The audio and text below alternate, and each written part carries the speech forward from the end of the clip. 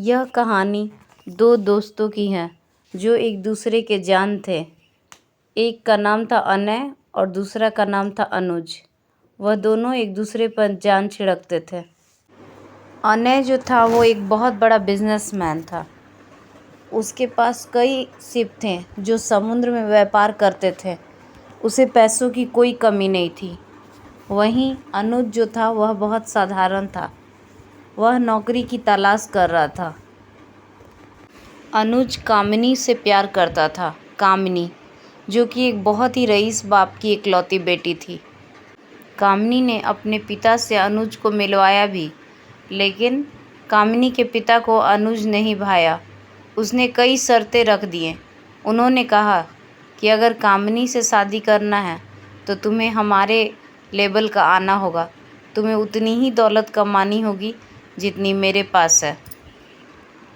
अनुज ने सोचा कि नौकरी से तो इतने पैसे नहीं हासिल किए जा सकते, क्यों न मैं कोई बिज़नेस कर लूँ। बिज़नेस में कामयाब होने के चांसेस ज़्यादा हैं। यही सोचकर वो अपने दोस्त अनय के पास गया।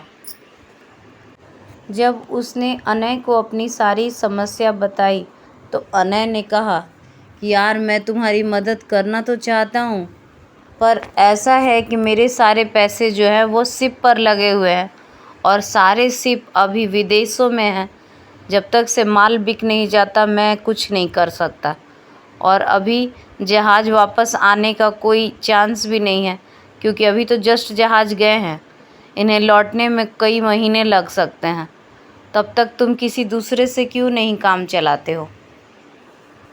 अनुज को समझ में नहीं आ रहा था वह क्या करे। वह परेशान हो उठा और ऐसे ही परेशानी में वह पैसों के लिए भटकते भटकते एक ऐसे इंसान के पास चला गया जो बहुत बड़ा सूदखोर था।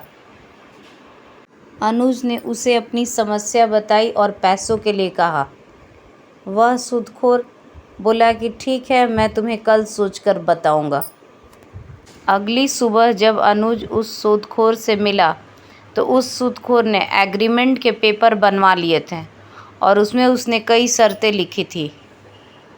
पहली शर्त में उसने लिखा था कि उसे 10 गुना ब्याज चाहिए। दूसरी शर्त में उसने लिखा था कि अगर ब्याज की एक किस्त भी फेल हो गई तो उसका अगला माह उसे 10 गुना ब्याज देना होगा। तीसरी शर्त उसने लिखी कि उसे किसी बड़े अमीर आदमी की गवाही की ज़रूरत है इसके लिए, जो उसकी गारंटी ले, जो उसका गारंटर बने। और चौथी शर्त उसने लिखी कि जो भी उसका गारंटर बनेगा, अगर वह पैसे देने में नाकामयाब हो गया तो वो उसके छाती से एक मुट्ठी मांस निकाल लेगा। अनुज इस बात के लिए तैयार नहीं था, क्योंकि गारंटर तो उसका दोस्त अनय बनने वाला था। अनुज ने कहा कि चलो, ये बहुत रिस्की है, हमें इसे नहीं करना चाहिए। लेकिन अनय को खुद पर बहुत विश्वास था। उसे लगा कि उसकी सारी जहाज़ें 3 से 4 महीने में वापस आ जाएंगी, तो वह उसको पूरे पैसे दे देगा। ऐसा तो सवाल ही नहीं है कि वह उसे पैसे देने में नाकामयाब हो जाए। अनय को पूरा विश्वास था खुद पर, और इसीलिए अनय ने समझाकर अनुज को राज़ी कर लिया। बोला कि तुम चिंता नहीं करो, मैं हूँ, पैसे आ जाएंगे, कोई फ़िक्र की बात नहीं है, सब कुछ सही से चलेगा। और इस तरह अनय के ज़ोर ज़बरदस्ती देने पर अनुज राज़ी हो गया और अनुज और अनय दोनों ने वहाँ पर साइन किया। अनुज ने उन पैसों से बिज़नेस कर लिया। अनुज का बिज़नेस अच्छा चल रहा था। तभी अचानक अनुज को खबर आई कि अनय की सारी जहाज़ें लापता हैं।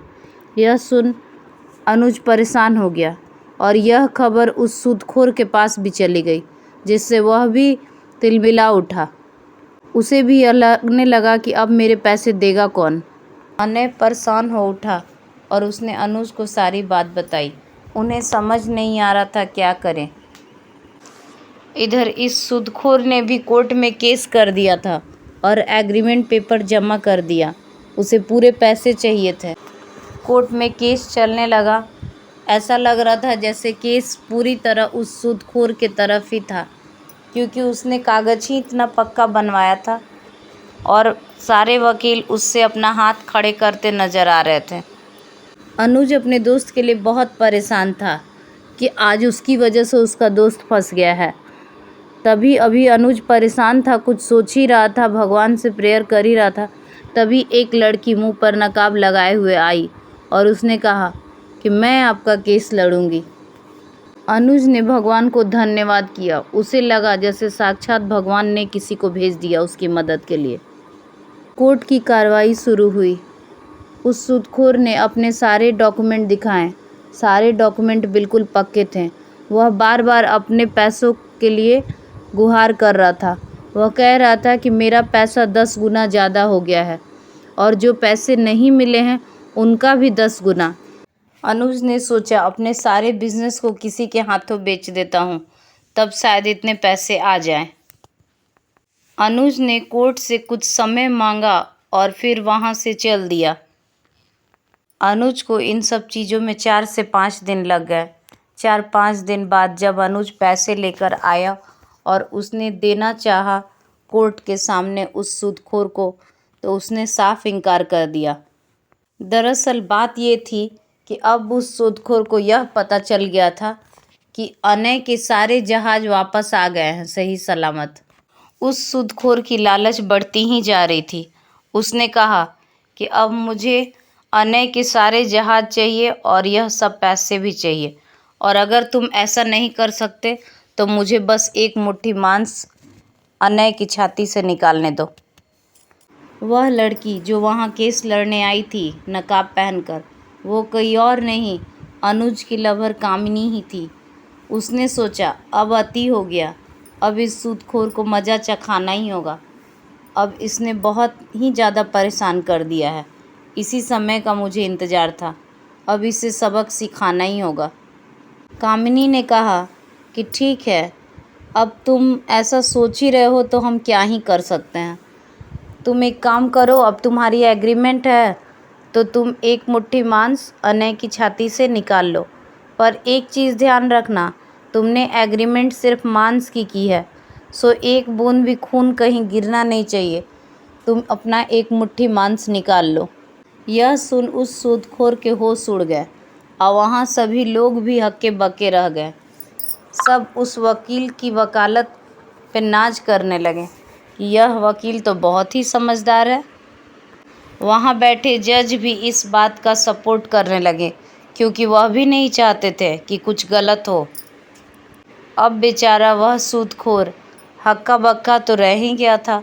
उसने कहा कि ठीक है, मेरे जो पैसे हैं वही दे दो सूद के साथ।